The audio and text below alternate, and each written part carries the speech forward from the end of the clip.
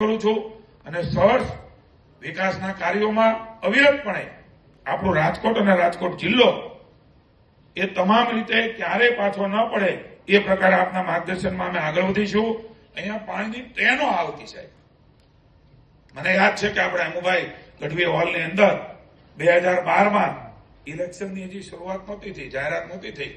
એ પેલા અચાનક મુખ્યમંત્રી અહીંયા આવ્યા, નરેન્દ્રભાઈ, બધા સૌરાષ્ટ્રના લોકોને બોલાવ્યા. સાહેબ, એડમિનિસ્ટ્રેશનનો વહીવટ શું કહેવાય?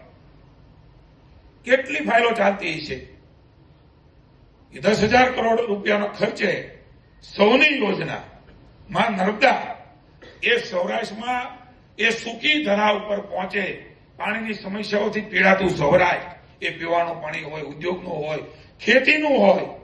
સાહેબ, અમને ખબર નહોતી કે એના માટે બોલાવ્યા છે. અચાનક અહીંયા આવે અને એ વખતે જાહેરાત થાય. મને એમ છે રૂપાલાજી વખતે અધ્યક્ષ હતા અને એ સાહેબ અહીંયા જાહેરાત થઈ અને સૌરાષ્ટ્રના લોકોના, અહીંયા આગેવાનોના આંખમાં આંસુડા હતા કે શું નર્મદાનું પણ અહીંયા પહોંચે?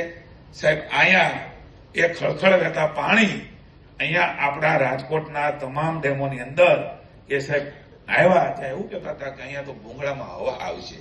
હવા નહીં, પાણી આવે છે. હું વિરોધી કહું છું, જોવા આવો. આ કલ્પના માત્ર ને માત્ર નરેન્દ્રભાઈ કરી શકે સાહેબ. એક બાજુ ટ્રેનમાં પાણી આવતું, એક બાજુ ખળખળ વહેતું પાણી.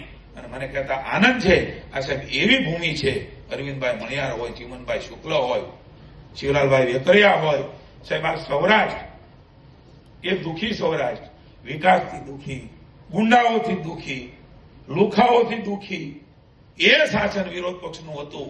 એ વખતે ચળવળની શરૂઆત એ રાજકોટમાં સાહેબ થઈ.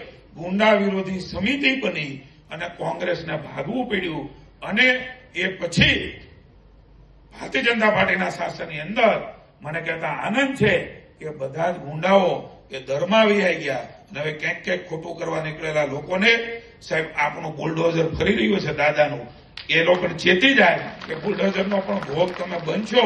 આ તમામ પ્રકારે શાંતિ સલામતી એ ભારતીય જનતા પાર્ટીના શાસનમાં સાહેબ આપણા નેતૃત્વમાં, પૂર્વ મુખ્યમંત્રીના નેતૃત્વમાં આવ્યું છે. ત્યારે મને આનંદ છે કે કોઈ પણ આ પ્રકારની પ્રવૃત્તિ કરે તો દાદાનું બુલડોઝર એની અનૈતિક પ્રવૃત્તિઓ સુધી પહોંચવા માટે તૈયાર છે. એવી વ્યક્તિ ઉપર સાહેબ આપનું સ્વાગત કરું છું. ભારત માતા કી જય, વંદે માતરમ, જય જય ગરવી ગુજરાત.